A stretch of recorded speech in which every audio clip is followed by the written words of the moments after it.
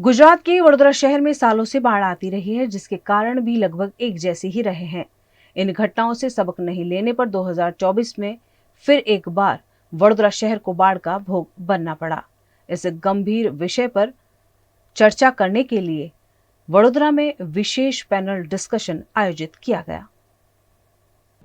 गुजरात के वडोदरा शहर में बार बार आ रही बाढ़ और भारी जलभराव पर लगातार चर्चा हो रही है। इसी क्रम में वडोदरा के बुद्धिजीवियों के एक विशेष चर्चा सत्र का आयोजन कर बाढ़ आने की वजह और निवारण के मुद्दों पर चर्चा और विचार विमर्श किया गया।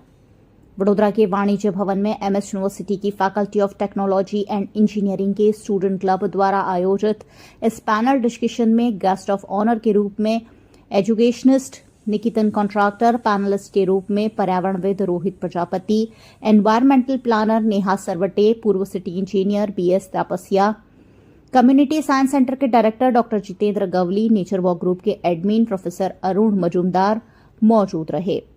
कार्यक्रम में एजुकेशनिस्ट हितार्थ पंड्या ने मॉडरेटर की अहम भूमिका निभाई। कार्यक्रम के आयोजन में सिटीजन एक्टिविस्ट के रूप में अनूप कोटियाला और कुलभूषण गुप्ता की भी उपस्थिति रही। इन सभी ने अपने बेहद महत्वपूर्ण विचार और सुझाव इस चर्चा सत्र के जरिए लोगों तक पहुंचाए और वडोदरा में बाढ़ आने का कारण और उसके निवारण पर चर्चा की। विश्वामित्री में जो पुल आया है, फ्लड आया है, उसके बारे में हमने एक पैनल डिस्कशन किया है सिटीज़न एक्टिविस्ट की तरह। वडोदरा के जो पॉलिटिकल पार्टीज़ है उन्होंने कुछ नहीं किया, आपस में झगड़ते रहे, वो कांग्रेस हो भाजपा हो। उसको देखते हुए एज सिविल सोसाइटी एक्टिविस्ट हमने यह एक पहल की है जिसमें टेक्नोलॉजी के भूतपूर्व विद्यार्थी और स्टूडेंट क्लब्स ऑफ टेक्नोलॉजी ने जॉइंटली यह एक पैनल डिस्कशन किया है। पैनल डिस्कशन का टॉपिक है recurring floods and water logging in Vadodara, causes and the way forward. हमने इस डिस्कशन के लिए, इस पैनल डिस्कशन के लिए बड़ौदा के leading environmentalist, environmental planner, ex deputy municipal commissioner, nature walk group और ऐसे प्रतिष्ठित लोगों को बुलाया है। आपको याद होगा कि बीएमसी ने काफ़ी बार प्रॉब्लम को पूरी तरह से सॉल्व करने की बात कही। 2014 में गवर्नमेंट ने एक वाइट पेपर लॉन्च किया जिसके तहत आजवा सरोवर का पानी महिसागर में जाना था, एक चैनल बनानी थी, वो आज भी पेपर पे है। यह पुल आने के बाद, फ्लड आने के बाद गवर्नमेंट में 1200 करोड़ का प्रोजेक्ट लॉन्च किया, पर उसका एक मेन कंपोनेंट उन्होंने कहा कि आजवा सरोवर का पानी मिनी नदी में जाएगा। This is just I wash. ये कभी नहीं होने वाला है, ये पहले नहीं हुआ है और अभी नहीं होगा। कोई पण मोटो प्रसंग होय तो એને મોનિટર કરનાર કોઈ વ્યક્તિ હોય જે દરેક જગ્યાએથી ઇન્ફોર્મેશન મેળવે, એ લોકોને સૂચનો આપે। તો એવું આ વખતે કંઈ જ જણાયું નહીં। પાણી છોડ્યું, તમે 212 ફૂટથી 214 ફૂટ સુધી જવા શું કામ દીધું? એમાં નિયમ લખેલો છે કે 212 ફૂટે છોડવાનું, એટલે છોડ, અને 214 છોડવા લાગ્યા ત્યારે દરિયામાં ભરતી હતી, નદીનું પાણી એક્સેપ્ટ નહોતું થતું। ત્યાંથી પાણી છોડ્યા પછી લો લેવલ, સિટીના લો લેવલ એરિયામાં કોઈ પણ એનાઉન્સમેન્ટ નથી થઈ। લોકો ઊંઘતા પકડાયા। રાજકર્તા અને અધિકારીઓ બંને આમાં ગુનેગાર છે। હું તો એ રીતે કહીશ કે એ લોકોને લીધે જ આ પૂર આવે। प्लानिंग में एक तो ऐसा है कि एक तो कोऑर्डिनेशन होना चाहिए कि हम लोग दरिया की टाइड को, हाई टाइड को भी देखें कि ज्वार भाटा कब आता है।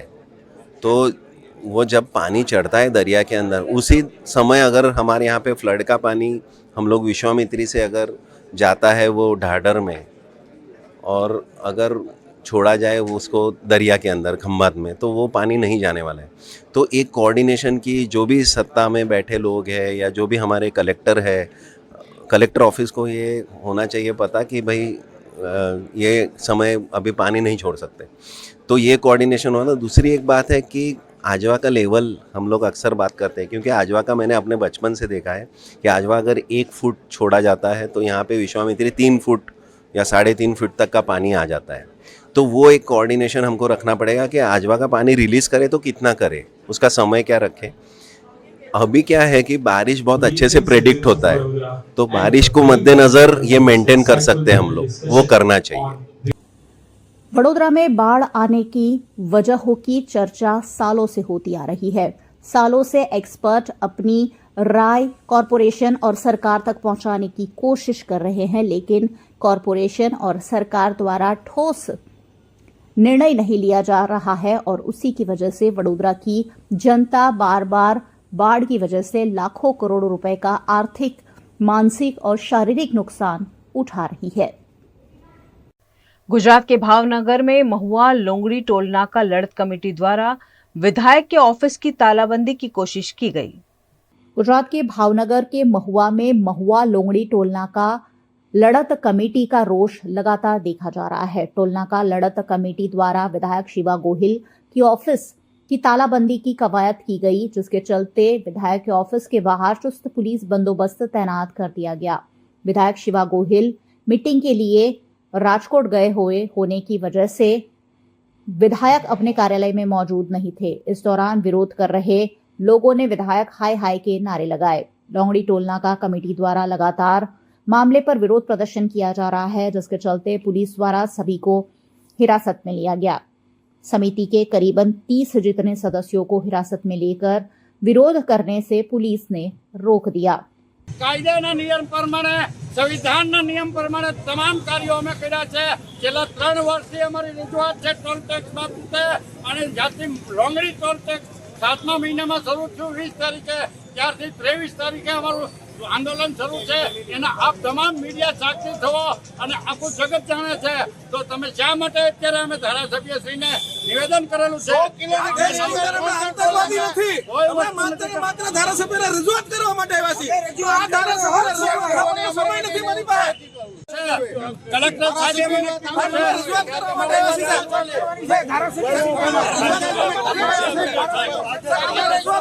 છીએ। उत्तर प्रदेश के गोंडा में भारी बारिश के चलते घाघरा नदी कहर बरपा रही है, जिसमें किनारे का मकान पत्ते के महल के माफिक ढह गया। उत्तर प्रदेश के गोंडा में यूं तो घाघरा नदी का जलस्तर कम हो रहा है, लेकिन अभी भी नदी जो है लगातार उफान पर है और कहर बरपा रही है। घाघरा नदी के तेज कटान के चलते तरफगंज तहसील क्षेत्र के नदी किनारे बसे गांव साकीपुर में अनंतराम यादव, राम भवन और सोना देवी का मकान देखते ही देखते पत्तों के महल के माफिक घाघरा नदी में समा गया। घाघरा नदी में दोनों मकानों के कटान का वीडियो भी सामने आया है, जिसमें देखा जा सकता है कि किस तरह देखते ही देखते एक पक्का मकान घाघरा नदी में समा जाता है। वीडियो को देखने के बाद ये भी अंदाजा लगाया जा सकता है कि नदी के घटते जलस्तर ने किस तरह नदी किनारे बसने वाले गांवों में कहर मचा रखा है। घाघरा नदी अपना भयानक रूप दिखाते हुए तटीय इलाकों में तेजी से कटान कर रही है। लोटवा पहले तो उठे ना, जा रहा गा गा गा गा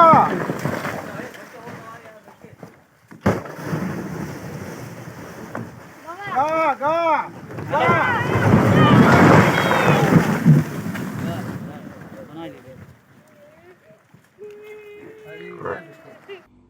लेकिन इस मामले जिला प्रशासन और बाढ़ खंड के अधिकारी बाढ़ के बचाव के पुख्ता दावे कर रहे हैं। डीएम नेहा शर्मा ने इस पर बताया कि स्थिति काफी नियंत्रित है और घाघरा नदी खतरे के निशान से नीचे बह रही है। देखिए, बाढ़ की जो स्थिति है अभी नियंत्रित है, क्योंकि जो घाघरा में वाटर है, घाघरा सरयू में रिसीडिंग ट्रेंड पे है और डेंजर लेवल से भी बिलो है। लेकिन सखीपुर नामक एक ग्राम में कुछ झोपड़ी और एक पक्का मकान जो पूर्व में उसमें रिहाइश थी, वो अफेक्टेड दिखा है और उसमें तत्काल रूप से हमारे जो राजस्व टीम थी, एसडीएम साहब खुद वहाँ मौके पे मौजूद थे और उस पूरी जगह का आकलन भी पहले से हम लोगों ने कराया हुआ था। तो जो झोपड़ी अफेक्ट हुई है उसका जो लॉस है कॉम्पनसेशन वो निर्गत किया जा चुका है। जो वहाँ पर क्रॉप लॉसेस हुई हैं उनका कॉम्पनसेशन वितरित हो चुका है और 100% हम लोगों ने राशन किट्स का भी, जो राहत किट हैं उनका भी आच्छादन इन सभी एरियाज में सुनिश्चित कर लिया है और जो लोग इस प्रभाव में आ रहे हैं उनको हायर रीचेस में शिफ्ट भी किया गया है। तो अब जो ट्रेंड है वो रिसीडिंग है, वो ऐसी कोई दिक्कत की बात नहीं है, लेकिन तो निरंतर हम लोग जो हैं उस पर निगाह रखे हुए हैं, पेट्रोलिंग करवा रहे हैं। हमारे एक्सियन फ्लड खंड जो हैं उनके द्वारा भी जो कार्य है उस पर भी निगरानी की जा रही है, तटबंधों की सुरक्षा पर भी एक मॉनिटरिंग की जा रही है। अराउंड 22 विलेजेस, एक क्यूमुलेटिव संख्या में बताऊं कि अलग अलग समय पर अफेक्टेड रहे थे। तो आज मतलब तद दिनांक तक 22 विलेजेस तक इफेक्ट हुए हैं। गुजरात के पाटण जिले के समी से बहती बनास नदी में 2 लोगों के डूब जाने की खबर से हड़कंप मच गया। गुजरात के पाटण जिले के समी में नदी में डूब जाने से 2 लोगों की मौत हो गई है। दरअसल जयराम नगर निकट बनास नदी में पति पत्नी नहाने के लिए उतरे हुए थे। उस दौरान पानी का तेज प्रवाह होने से दोनों डूबने लगे। दोनों की आवाज सुनकर एक शख्स ने उन्हें बचाने की कोशिश की, जिसमें पानी में डूब रहे पुरुष को तो बचा लिया गया, लेकिन महिला और पानी में बचाने के लिए उतरे शख्स की पानी में डूबने से मौत हो गई। इस दुर्घटना में मांडवी के तेजा ठाकुर और जयराम नगर की नैनाबेन की मौत हो गई है। दोनों के शव को स्थानीयों ने बाहर निकालकर पोस्टमार्टम हेतु समी रेफरल अस्पताल भेज दिया है। मामले में समी पुलिस आगे की जांच कर रही है। उत्तर प्रदेश के गोंडा में 17 वर्षीय दलित किशोरी को मोबाइल दिलाने का लालच देकर चलती कार में गैंग रेप को अंजाम दिया गया। उत्तर प्रदेश के गोंडा जिले के थाना कोतवाली नगर क्षेत्र से एक दिल दहला देने वाला मामला सामने आया है, जिसमें फोन दिलाने के बहाने एक नाबालिग किशोरी के साथ गैंग रेप हुआ है। जानकारी के मुताबिक 2 आरोपियों ने स्विफ्ट डिजायर कार में किशोरी को बैठाकर चलती कार में गैंगरेप की घटना को अंजाम दिया और उसके साथ दरिंदगी की। मामला तब उजागर हुआ जब स्विफ्ट डिजायर कार एक दुकान के शटर से टकरा गई। मामले में गोंडा पुलिस ने तेजी से कार्रवाई करते हुए दोनों आरोपियों को गिरफ्तार कर जेल की सलाखों के पीछे धकेल दिया है। थाना कोतवाली नगर क्षेत्र अंतर्गत निवासी एक महिला ने लिखित सूचना दी कि उसकी 17 वर्षीय नाबालिग पुत्री के साथ 2 आरोपियों द्वारा, जिनमें से एक आरोपी पूर्व से उसकी पुत्री का परिचित था, दोनों ने बहला फुसलाकर गाड़ी में बैठाया और उसके साथ दुष्कर्म की घटना कारित की है। इस सूचना पर तत्काल स्थानीय पुलिस और उच्च अधिकारियों द्वारा घटनास्थल का निरीक्षण किया गया। पीड़िता की मां की लिखित तहरीर के आधार पर थाना कोतवाली नगर पर सुसंगत धाराओं में अभियोग पंजीकृत किया गया। दोनों आरोपी मोहम्मद आरिफ एवं मोहम्मद रिजवान को गिरफ्तार कर विधिक कार्रवाई की गई।